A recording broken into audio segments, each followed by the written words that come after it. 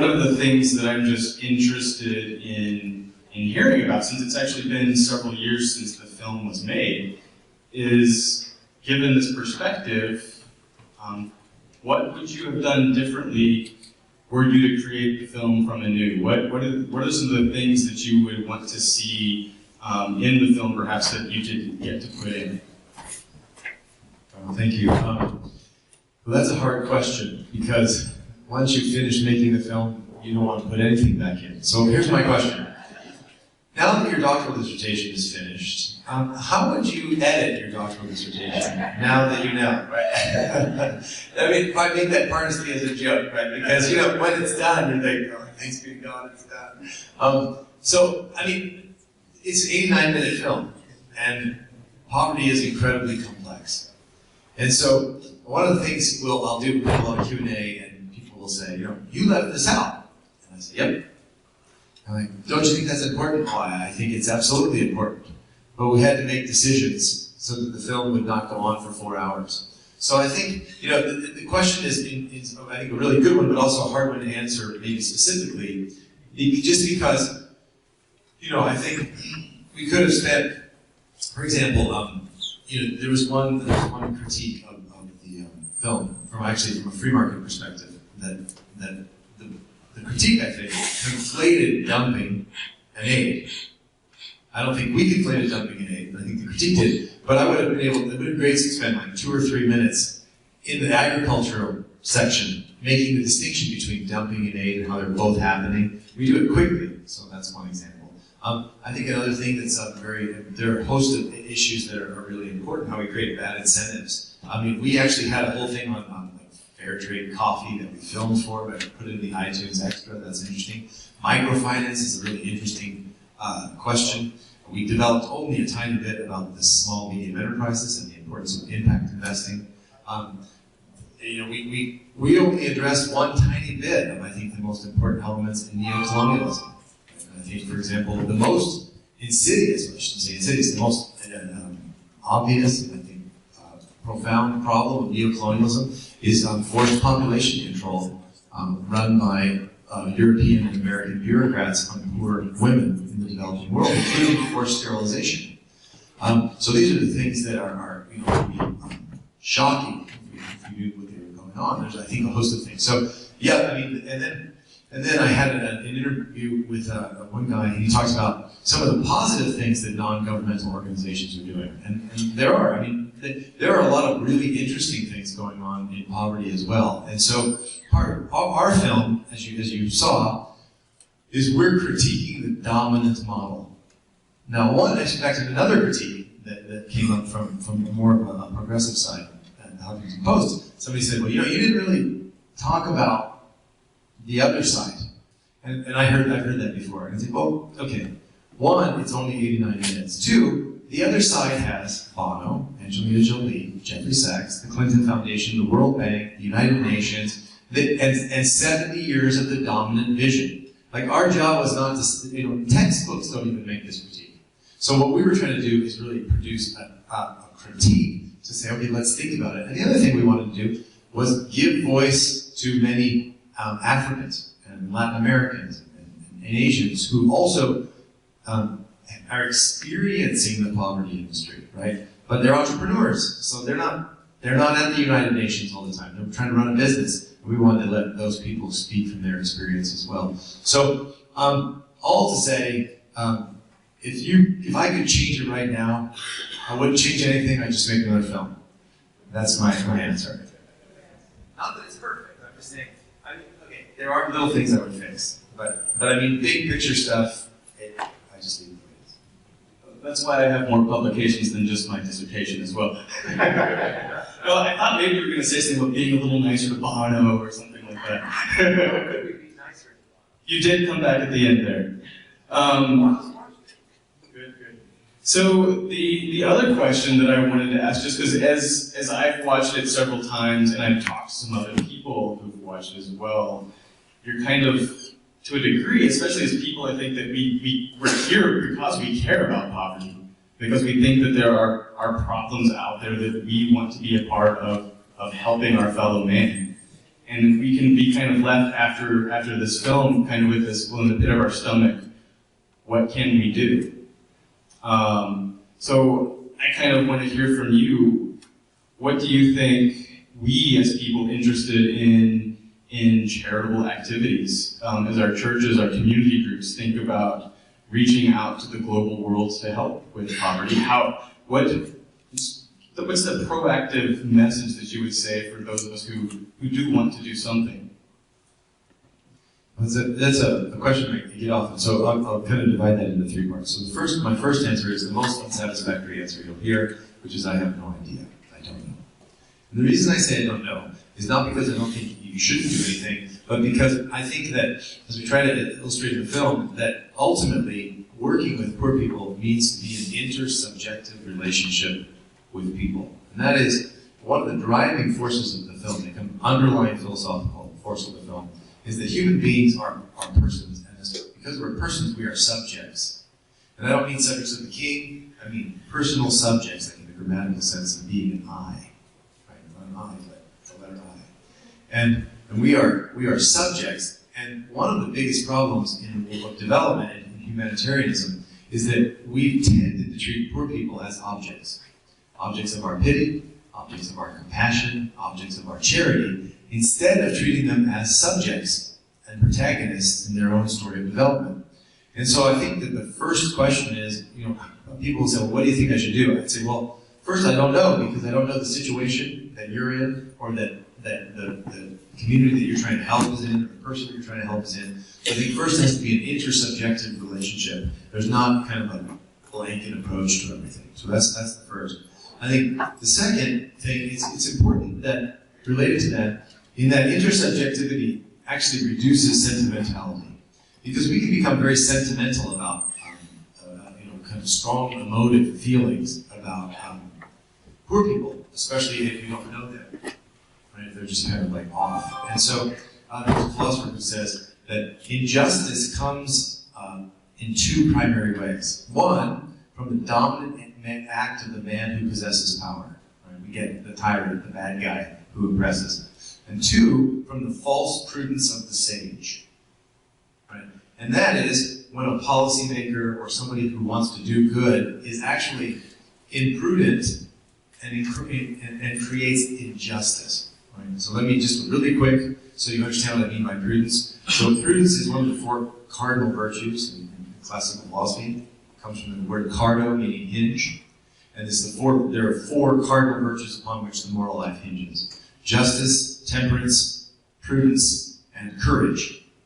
And prudence is considered to be the mother of the virtues. Okay, if we had time, I have a whole presidential explanation from H.W. Bush all the way to Trump to explain to you what prudence actually is. Okay, shall I do it? I feel tempted. Okay, so no, the other reason is this, right? Some of you are old enough. Some of you are not old enough to know this. But some of you are old enough to remember H.W. Bush. Remember there was like a Dana Carvey, remember that? Okay. And he's like, not gonna do it. Wouldn't be prudent. And we always think of prudence as being careful. Like, not gonna do it. Was never prudent in the White House. Okay. I do not even know what that word means. Okay. I appreciate prudence. Let me tell you something, prudence is huge. Huge. It's actually the mother of virtues, okay? It's a very bigly thing, okay? Believe me, you want prudence, okay? Prudence is great. All right, and why is prudence so great? Because prudence is to see the world as it is and act accordingly. That's the classical definition of prudence, right? To see the world as it is and act accordingly. And as we all know, that's really, really, really hard. And so if we try to fit the world into our own bed of Procrustes, right? Into our own, little model. And this is my model of how the world needs to fit. And I'm going to put everyone into that model. As we were talking about, as an economist has a tool, I'm going to just use that hammer to hammer everything becomes a nail. And what happens is we actually create injustice because we're not seeing the world as it is. And so that's why I think fundamentally we have to ask, and this goes to the big picture of the developing world, not what do people need or what can I do, especially not what can I do. I guess the proper way is what do people need in order to be able to create prosperity in their own families and their own communities. And then how can I come alongside and help them do that? And I would say that would be like my kind of like, again, besides I don't know, the framework would be treat people as subjects, not as objects, and then ask, what do people need in order to create prosperity in their own families and communities? And then, is there anything I can do that can help do that? And I think that changes the way we engage poor people so that we're talking to them as we would speak to ourselves. Okay, question from the audience. We know that international exploitation predates international aid organizations. Example, slavery, diamonds, oil drilling, etc.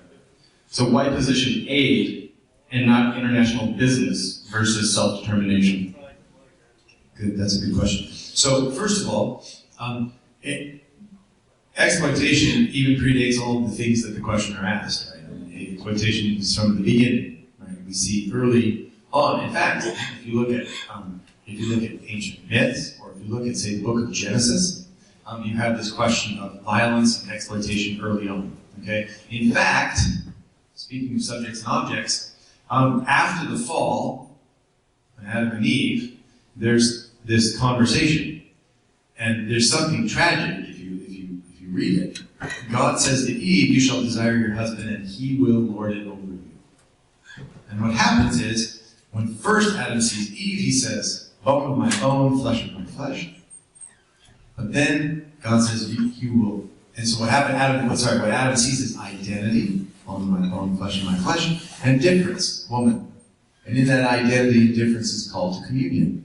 But after the fall, he will lord it over you. Adam lets the difference of woman come in front of the identity of bone of my bone, flesh of my flesh. And Adam turns Eve into an object for himself, for his own use, his own gratification, his own needs. And that's essentially what I mean, right there at the beginning, what we do to other people. That's what we do to other people, and that's what people do to us. So exploitation is a fundamental problem of objectifying others to use them for our own ends. Okay, so it precedes diamonds and international business as well. All right, but I think the question is really good. So why did we address that question of foreign aid and not business? Well, part of the main reason is that we wanted to address the questions of the dominant model of how we think about poverty and development in contemporary world. And that dominant model is a foreign aid model, right? So it's not just foreign aid, there's a lot of things going on as we talk about, but there's a dominant model of charity and humanitarianism.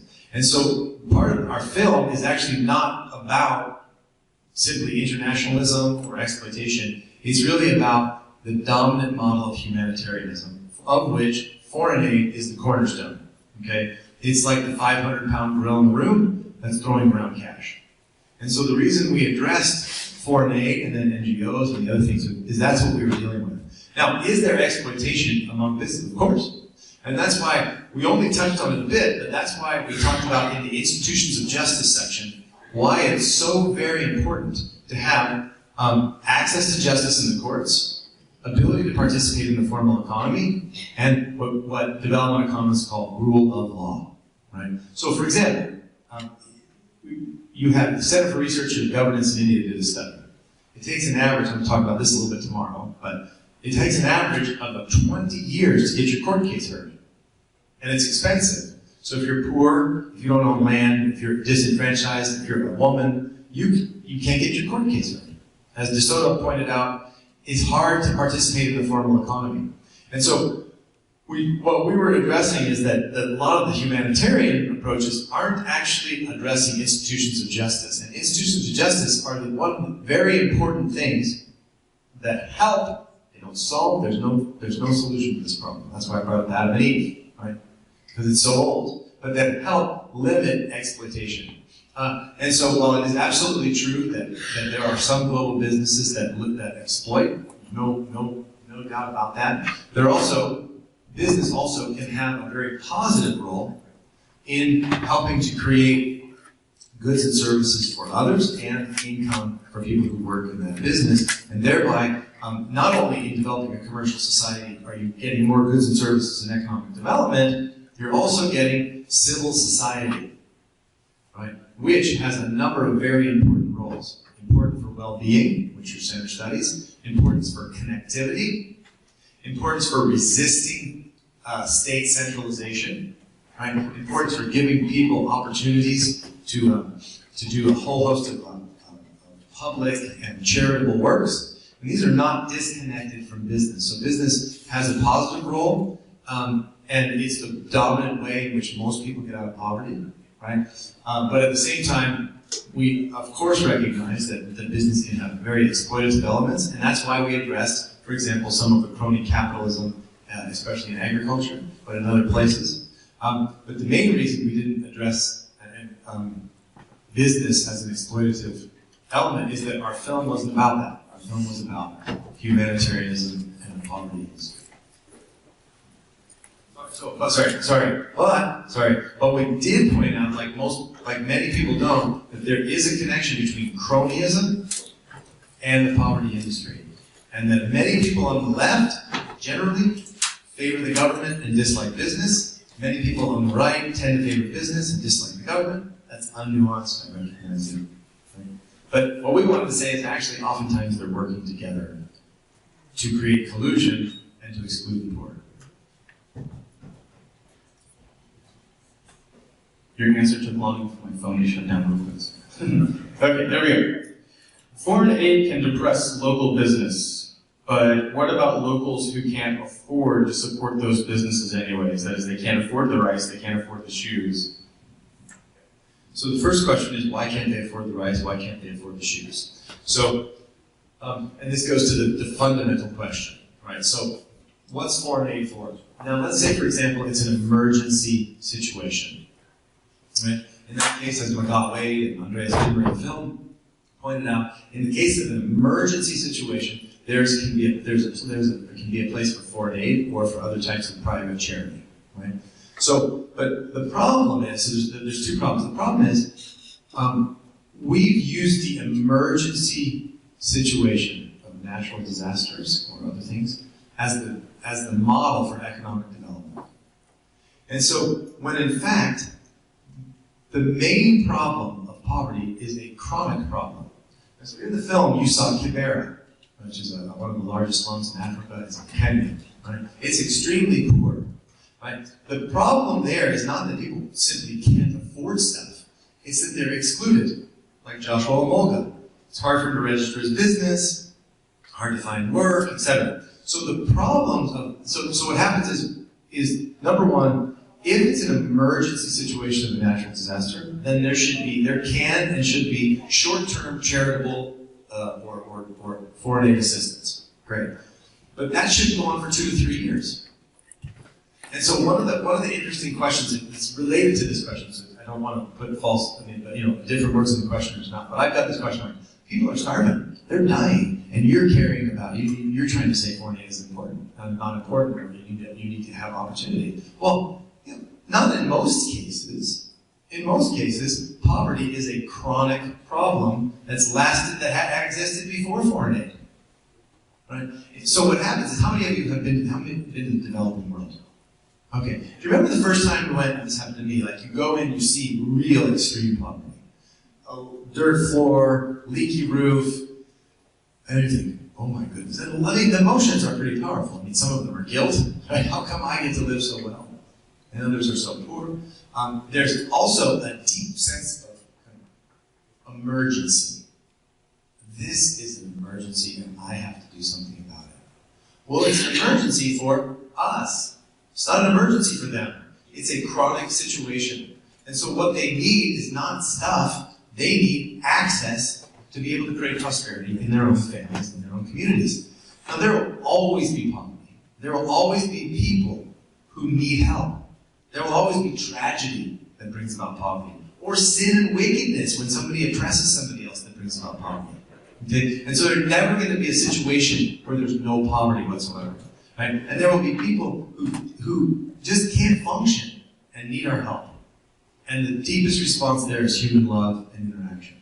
Okay? But for the majority of the world's population, including those people that are included in that general question, the problem is not a lack of stuff. It's a lack of access to the institutions of justice that would enable them to create prosperity in their own families and their own communities. And if aid is a short-term measure to help them get there, great. But when it becomes, which it has, a long-term dependency that keeps them poor and prevents the development of a commercial society, then the sentimental argument that people are starving is just a false one that consolidates power and doesn't actually address the chronic problems of exclusion for the poor. So here is a bit of a pointed and even somewhat personal question. Where do the profits for the movie actually go? But when you first started thinking about profits, I was like, I wasn't sure it was going to be about my hair. And then and then the way you said profits, I thought you were like, the profits of the movie? I'm like, and my mind was like, profits, like Elijah? Like, what profits? And then the profits. Okay. All right, so no, it's like, my accent's perfect. So anyway, so I work for a think tank called the Acton Institute, which is a nonprofit. We look at the intersection between moral philosophy and theology, business, economics, and entrepreneurship. We're not-for-profit. We receive all of our money from donations. We take no government money. We get donations for everybody from $5 to $10 to $100 to family foundations, some of whom you saw in the donors giving us money. And so unfortunately, there's not that much profit. This film costs a lot of money to make. We've actually done pretty well with our profits as far as we've sold a number of licenses to universities, including North Dakota State, $295. And you too can buy a license. And we sold it to Netflix, a number of places, and so we've done a number of those things. And then we won a couple of film festival awards and other awards. But I don't think there's total profit. There's pretty much a loss on here. But the revenue does come back to the Acton Institute, where I work, that funded the film. And a lot of that revenue is used, in fact, for increased promotion. And that's basically where it goes. So, but unfortunately, there's not as much profit as I would have hoped. But we did pretty well.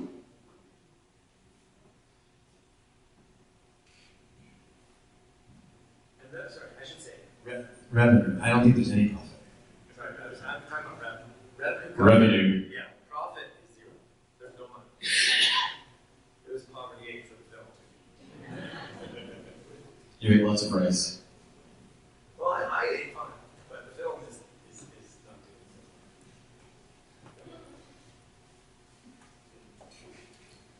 So Asia was not covered in the film. Do NGOs, poverty industry engage in the same practices in Asia? So Asia is a very big place with lots of different situations. Yes, in some cases the answer is yes. And there's NGOs over India, and Southeast Asia, Vietnam, a number of places. That's another thing I would have liked to include in the film. So back to the first question. I mean, it would have been interesting to deal with broad questions of globalization and what's happening with a pretty profound decrease in poverty over the last 25 years.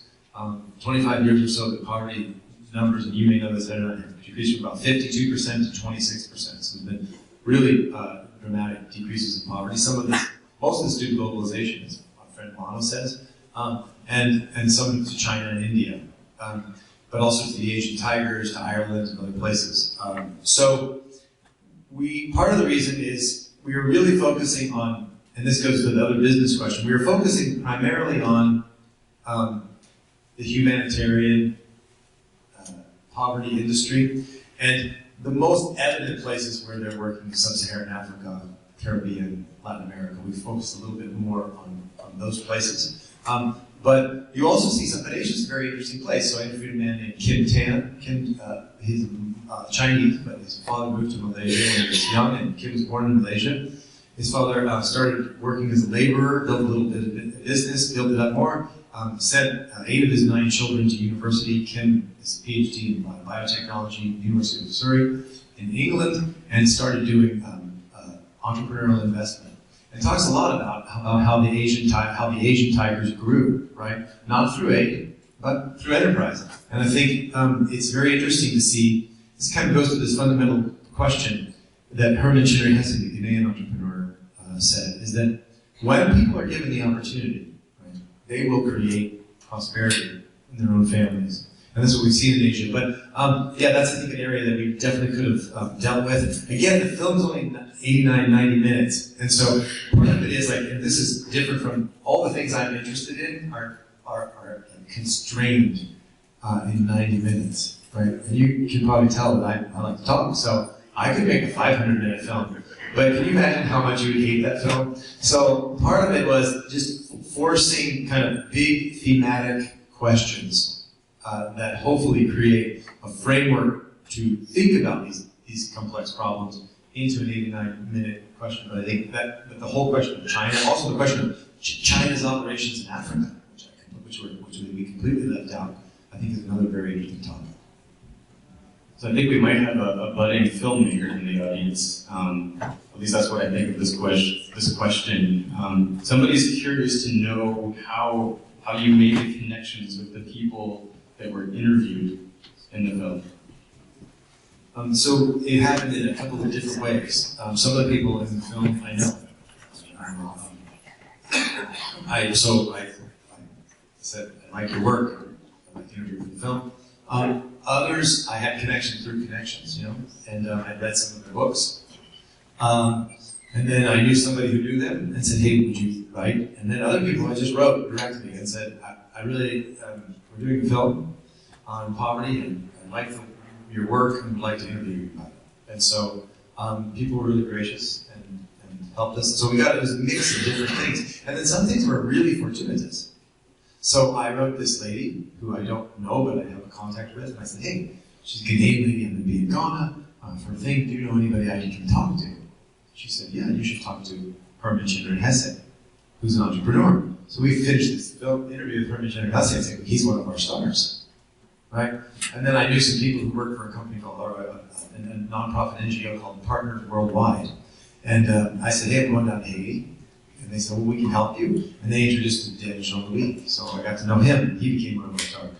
And I met Magat Wade at a conference and said, hey, I love what you're doing. Can I interview you? And so it was fortuitous. I mean, I was with a colleague.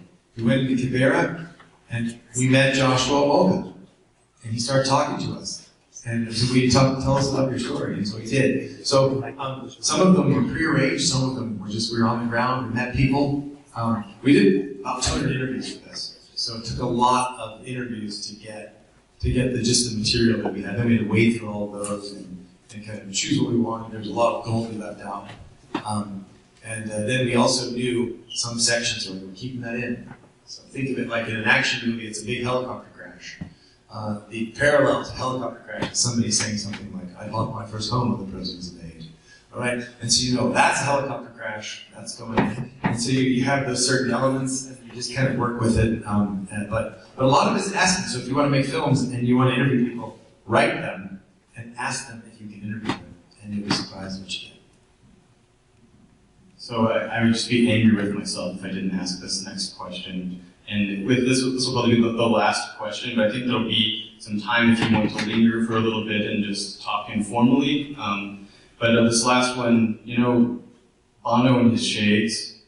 Did you purposely try to find photos in which Bono was wearing a variety of sunglasses? Because it's like a rainbow. It's really kind of not a question, but I believe the children are the future. No, I don't. I mean, we found pictures of Bono that we liked, that we thought were good, and I think Bono has macular degeneration. He has some. I believe he has some problems with his eyes, and so he wears various shades of sunglasses all the time. And I don't know if they're better now, but I think during the period when we were looking at photos, I'm not sure if his eye. That's what I think. I think he has some kind of problem with his eyes that the doctors have said wear sunglasses all the time. And if you're Bono, I mean, you're getting flashes in your face constantly. So if you have eye problems, so no, it wasn't any. It's Bono's style. That's his gig, and we just went along with it. And we're, as he would say, we just doing our thing today. Right? Great. Well, thank you very much for being here. And,